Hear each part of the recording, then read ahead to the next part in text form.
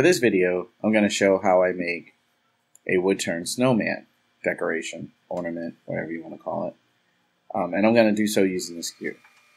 The Skew is a tool that has been a challenge for me thus far, and I figured that making a few of these snowmen would kind of help with my proficiency level with that tool. So just like any other spindle turning, we're going to make this thing round.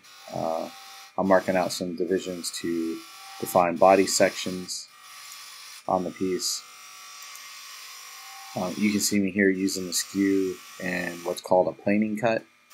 This technique can reduce diameters very quickly, as you can see, which it really helps to define the body shape of the snowman, kind of making a wedding shape type effect. Now this is a stabbing cut used to make a V groove, and basically I'm just doing that to establish the depth of the union between the two body sections. Once I've reached the intended depth of the join between the two body sections, I go ahead and mark out the approximate center of each of those sections, just to have some kind of reference to keep the shape of each of the sections of the body somewhat symmetrical.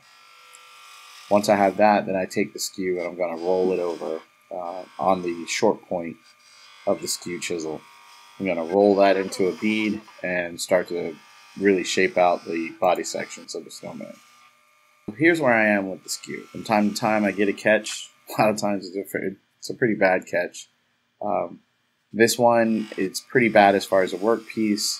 It caused a lot of tear out, torn grain, and it's going to ultimately end up in reducing the diameter of that body section. But these are the kind of things that can happen with a Skew.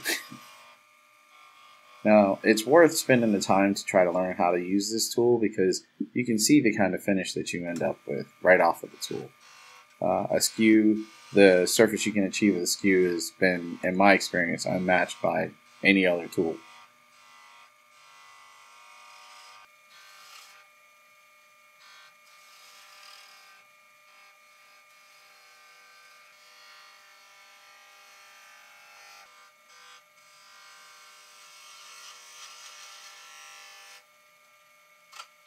Yep, as you can see here, had another catch. Whoops. Putting that section on a diet as well.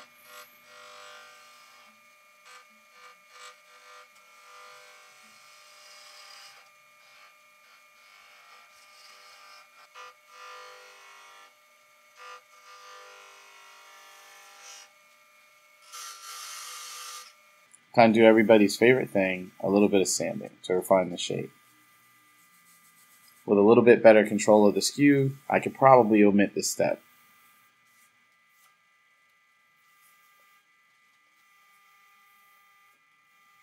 I'm going to go ahead and apply a CA finish and move on to making the hat.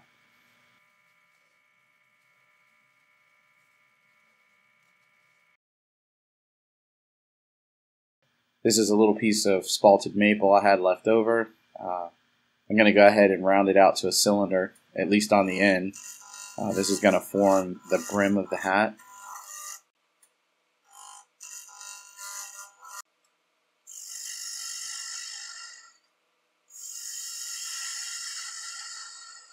I'm going to use the parting tool to define the brim of the hat.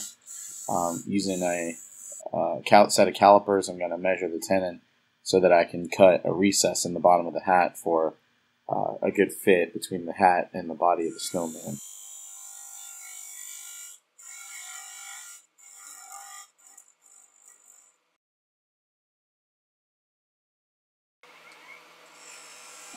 This mortise is also going to allow me to hold the hat in the reverse position so that I can finish shaping the top of it.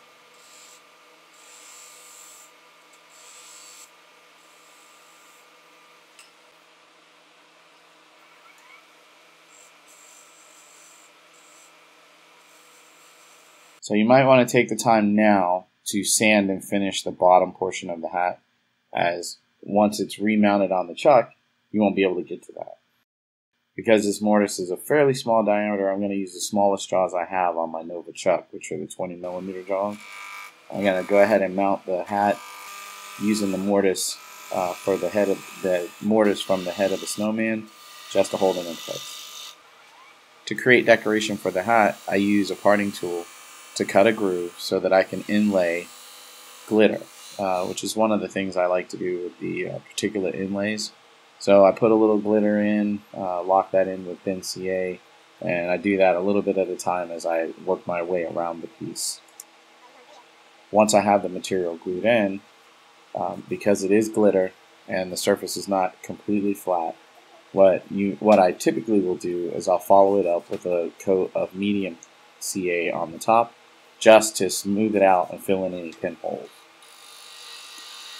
Now that my inlay is complete, I'm going to go ahead and use a bowl gouge to kind of finalize the shape a little bit, and then I'm going to follow it up with the Skew chisel to refine the shape as well as level the hat band inlay.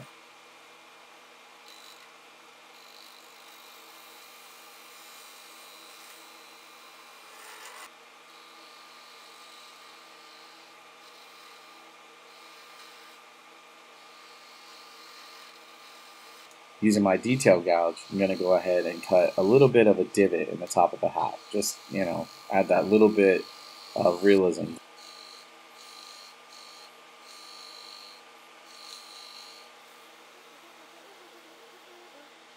A little bit of sanding, and again with some CA for a finish, and we're going to be just about done here.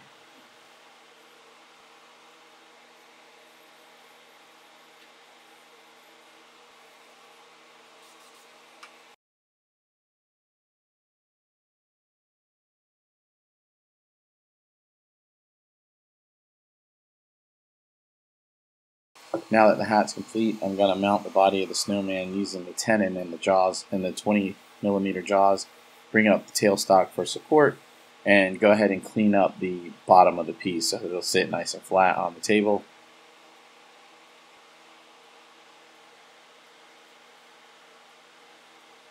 So this time I go ahead and fit the hat. Now, for some of the other snowmen, I've done things like drilled holes and filled them with ground up pony beads and different things, but I find that putting them side by side, it really didn't gain anything to justify the extra time, and these paint markers do a fine job. Now this particular piece, the grain in the poplar, worked out just such that the little circle in the grain fell just right for kind of a goofy nose for the snowman, so I kind of went with that.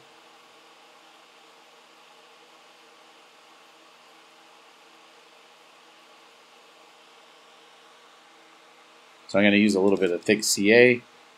I'm going to glue the hat on, and we're going to be done. If you enjoyed this video, go ahead and hit the subscribe button, and make sure you click the notification bell so you'll be notified when I upload new content. In the description box below, you'll find a list of items and materials that I've used in this project. You'll also find affiliate links there, and using these affiliate links to purchase, if you elect to do so, won't cost you anything extra, but it does go a long way in helping us to continue providing the content that we provide. Anyway, like I said before, thank you for joining me in my shop, and remember, dread not and make something. Peace.